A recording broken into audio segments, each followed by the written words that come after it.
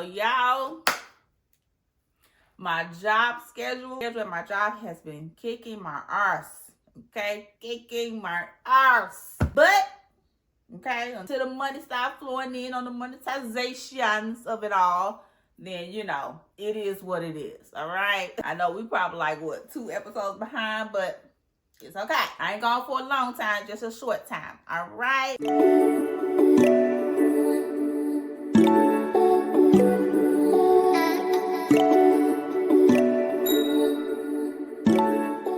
So let's go ahead and get into this review for Married to Medicine, Season 11, Episode 13. Now, the only thing I want to touch bases on the last episode, which was Episode 12, is the fact that, all right, Heavenly knew that Shireen was coming. I know that it was presented in a way that she didn't know that Shireen was coming. Once Heavenly found out that Phaedra had Shek there,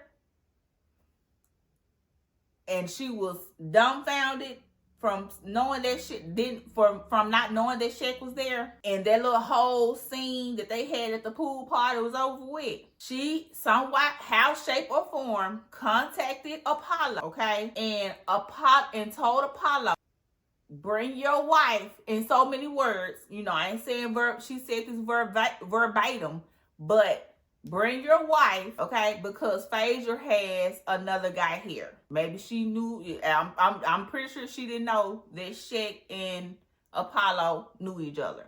Whatever. But at some point, okay, Heavenly went and told Apollo, you need to bring your wife, or you should bring your wife, or in whatever words that she made it seem like, okay, bring your wife because Phaedra has another partner here with her. That is how, because initially Apollo was set on not bringing Shireen, or that Shireen was not going to be coming, right? Exactly. So it wasn't until Heavenly found out that Phaedra had Shek with her that she told, or in so many words, asked, or whatever, Apollo to bring Shireen. All right, let's just clear that up first and foremost, because he was not bringing her at first. And how I know that Heavenly knew that Shireen was coming while she was on the boat trying to act like she didn't know Shireen was going to be there.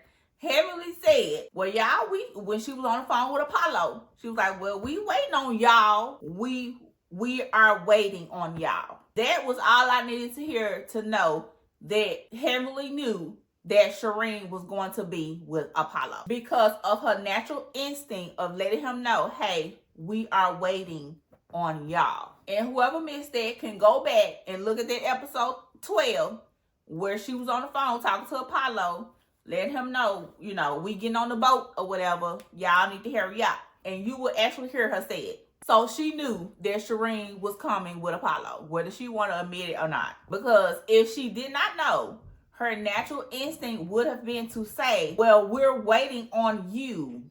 Okay? We're waiting on you. Would have been her natural instinct to say to Apollo if she did not know that he was bringing another person, his spouse. Okay? So let's just clear that up first and foremost. What else I want to say about this episode? Second thing I want to talk about from episode 12 was, I don't know why Phaedra agreed to that it was cool for Apollo to get invited on this trip. First of all, whether Phaedra was going to invite Shek before or after she found out that Heavenly was going to invite Apollo is neither here nor there. Okay, she could have very well already had it in her head. Okay, since this is a couples trip, I don't want to be the one without someone this time, and I am kind of dating Shek from Sweet Tea's mixer, then let me go ahead and invite him and see if he wants to come. That way I won't be the only girl in the group that doesn't have at least somebody here with her, right?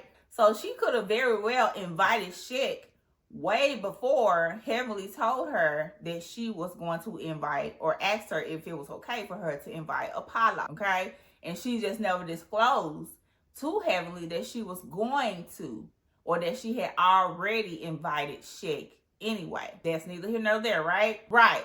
So back to my original thought. I don't know why Phaedra even agreed whether she was bringing Shaq or not. I don't know why she agreed that it was okay for Heavenly to invite Apollo. Simply because why is Apollo here? Okay? He has nothing to do with this show. He has nothing to do with Married to Medicine. He has nothing to do with this friend group, the men on this friend group, the ladies on this friend group outside of Phaedra being his ex-wife. That's the only thing that he has connected to when it comes to this show. Why is Apollo being invited anyway? Whether he was bringing Shireen or not, he should have never been invited. And if I was Phaedra, I would have never agreed to that. Like, I still, like, why did she agree to allow Apollo to be invited on the couples trip? You know, whatever Heavenly so-called herself being using Apollo for in this moment to show how you co-parented, yada, yada, yada. I still think it was stupid. I wouldn't have never agreed to that. And if she was going to invite Apollo, then I would have been like, okay, well, you invite him, I'll stay at home. Okay, what else I want to talk about? I don't know what was up with Shireen, but she was on one, you know, she just seemed like to me a real big clout chaser. She wants to be on TV so bad. You know, she wants to have her moment, like they love to say on Huntsville, so bad. So she was trying to, you know, be a little extra when she really didn't even have to, you know. And if I was Shireen, I don't know why Shireen even allowed Apollo to even go on this trip, let alone bring me on a trip. I'm not finna show up to nowhere your ex is at, okay? Nowhere, okay? Especially if y'all don't have a good relationship like that. Why am I there and why are you there? You have nothing to do with these people. You ain't going nowhere, okay? And if you go out that door and go on that trip, your shit gonna be packed when you get back and gonna be outside. So, no, this whole situation would not have happened, period. If I was Phaedra or Shireen, all right? And I ain't trying to be in there one of their shoes, all right? So, I don't understand neither one of the sides. Why Phaedra was okay with Apollo coming and why Shireen was okay with Apollo coming and her coming at the last minute, all right?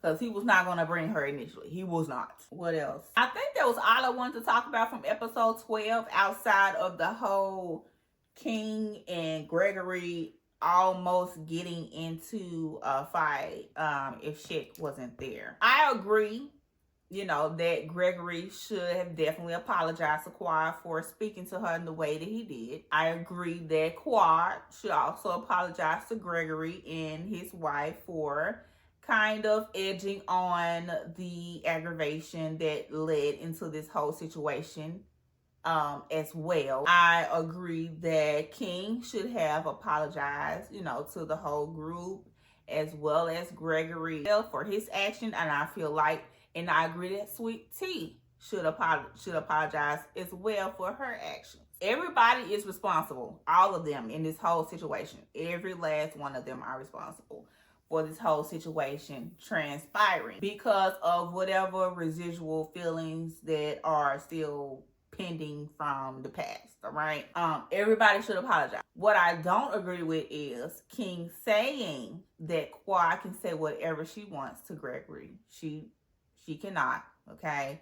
You can't feel like you can say something to a person and they can't say nothing back to you, okay? As long as it's within the lines of non-disrespect, then fine. But if it's disrespectful, you cannot, okay, dictate how a person's going to respond when they are blatantly being disrespected. So I don't agree with that with King, all right? I also don't agree with Gregory calling the police and filing a police report on King for attempted assault. Come on, Gregory. I don't know. I feel like Gregory is the psychiatrist that needs to be on another psychiatrist's couch. For real. Because he got some things going on with him. And then Sweet Tea having the exorcism in the circle of the girls was just way too much. Like, ma'am, if these girls, if this show, if these people get you in such a tizzy like that, you don't need to be on this show, okay? You or your husband don't need to be on this show. because he started to show his true colors from way back when, from how he was treating Quad and speaking to Quad.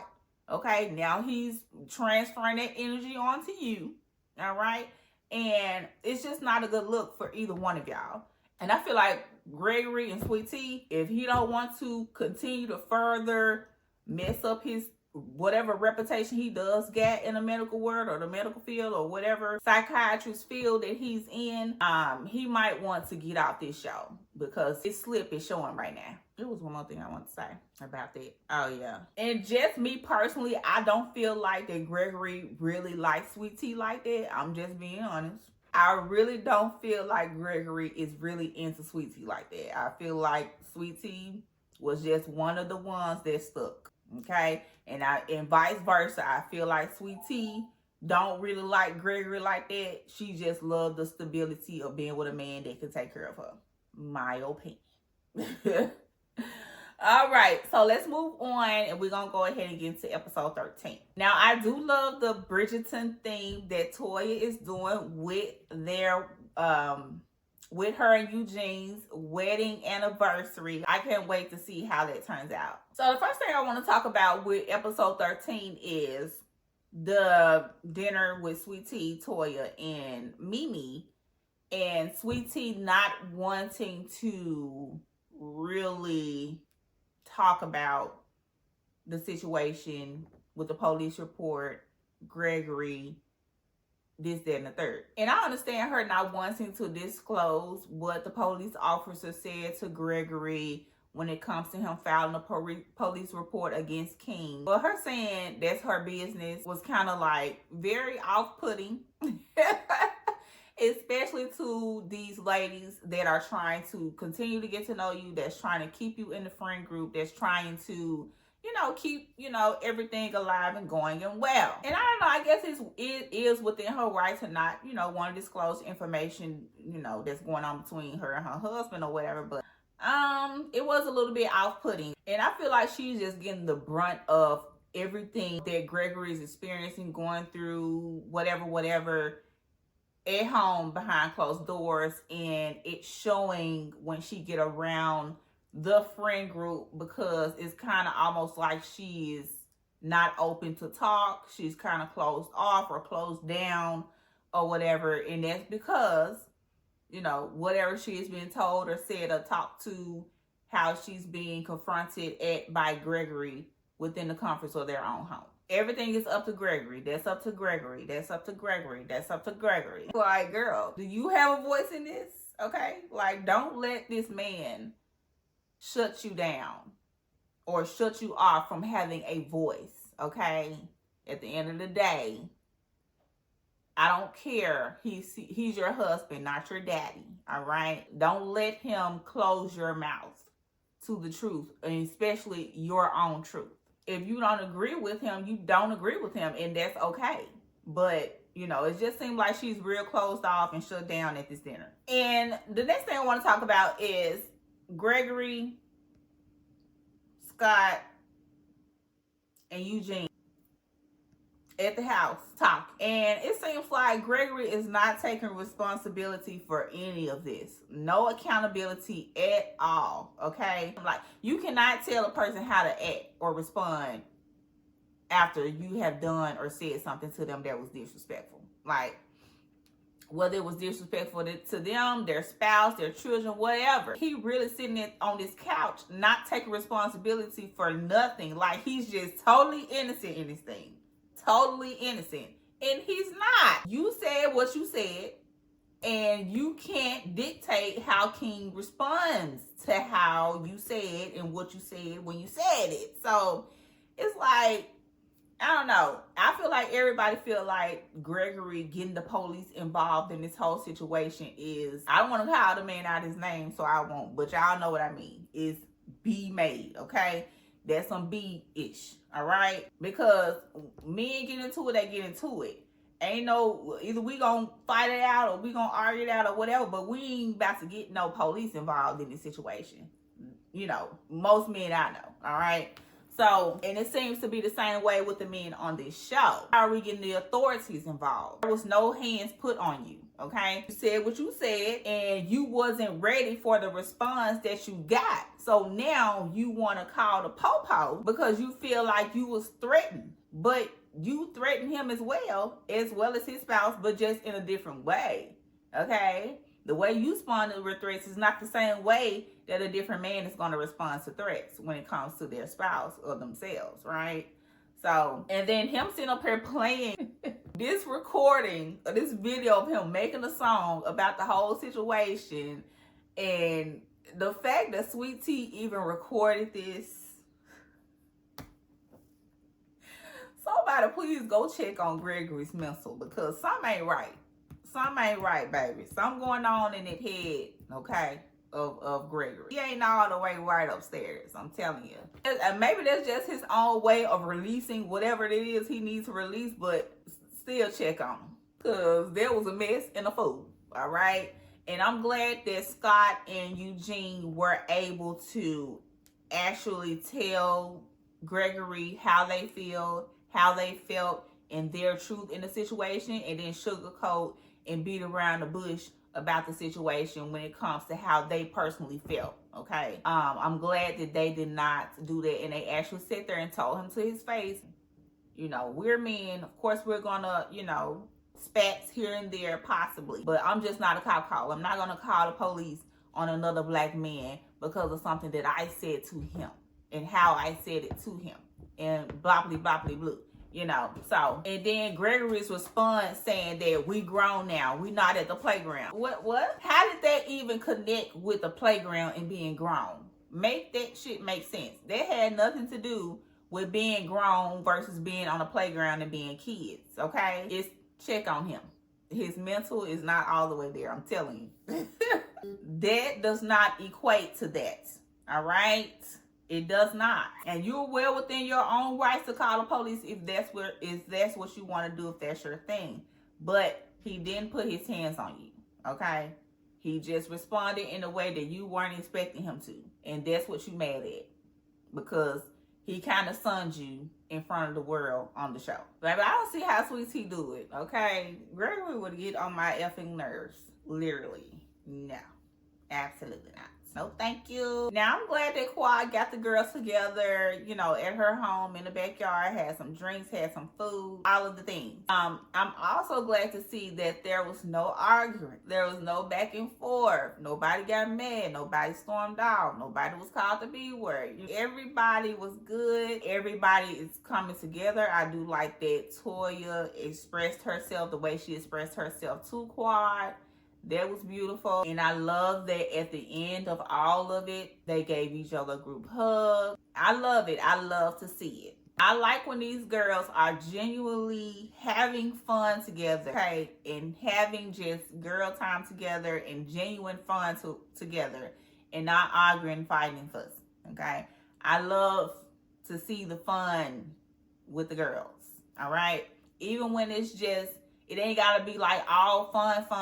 You know, just like a scene like this, like where they are coming together and kumbaya. That's great to see as well. All right. We don't always have to see the fights. We don't always have to get, you know, into arguments and going back and forth with each other. I love it. Now, the last thing I want to talk about is Phaedra completely ousting her own self out of the group because of this whole situation with Apollo and Shrek and Shrek. Sick. I feel like Phaedra is taking this a bit overboard with this whole situation. Okay, I felt like the girls on Housewives of Atlanta has done way more worse things, okay, to Phaedra throughout the whole entire season. Since season 1 has done way more worse things to Phaedra than what happened on this trip with heavily inviting Apollo, and then Shireen just so happened to come because Phaedra had Shaq there. So I really do feel like she's taking this whole she don't want to be around this group of girls overboard. I think she just don't want to be around them, period, and I don't think it has nothing to do with what happened on the trip. Okay, she just don't want to be around them anyway. And I think she's using this whole excuse of what happened on the trip as a scapegoat for her to exit stage left. And because she's been through way worse. Okay, if you've keeping up with Atlanta Housewives since season 1, Phaedra has been through way worse with a group of girls than what happened on the trip on episode 12.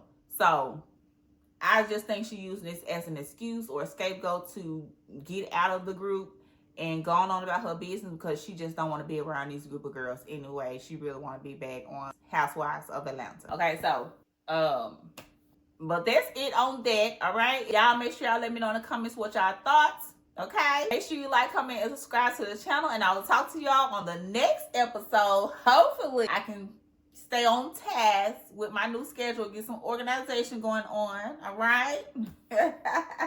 Bye.